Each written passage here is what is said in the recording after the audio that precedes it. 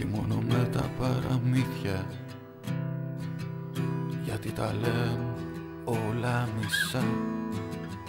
Έτσι μας κρύβουν την αλήθεια. Από παιδί ρωτούσα τι έγινε μετά.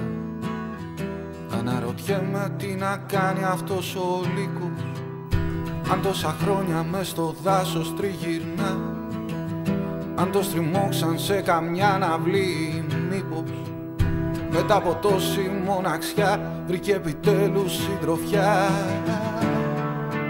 Λίγε είσαι εδώ μέσα στο δάσος σου, γυρνώ. Λίγε αν μ' ακούς, πάρε με μακριά απ' αυτούς.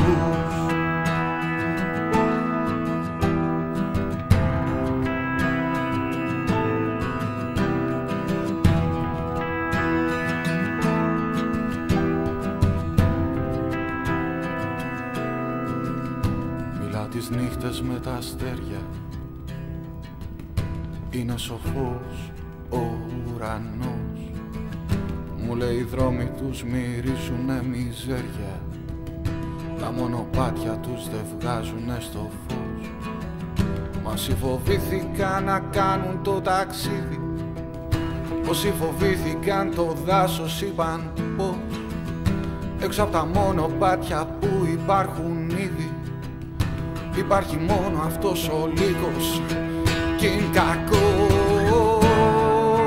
Λίγε είσαι εδώ μέσα στο δάσος σου, γυρνώ. Λίγε αν μ' ακούς, πάρε με μακριά απ' αυτούς. Λίγε είσαι εδώ μέσα στο δάσος σου, γυρνώ. Λίγε αν μ' ακούς, πάρε με μακριά απ' αυτούς.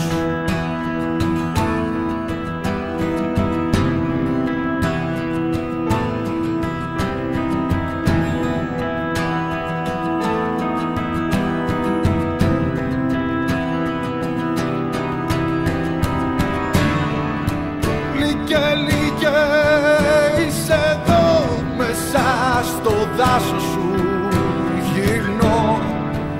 Λίγε αν μ' ακούς, πάρε με μακριά απ' αυτούς. Λίγε είσαι εδώ μέσα στο δάσος σου, γυρνώ. Λίγε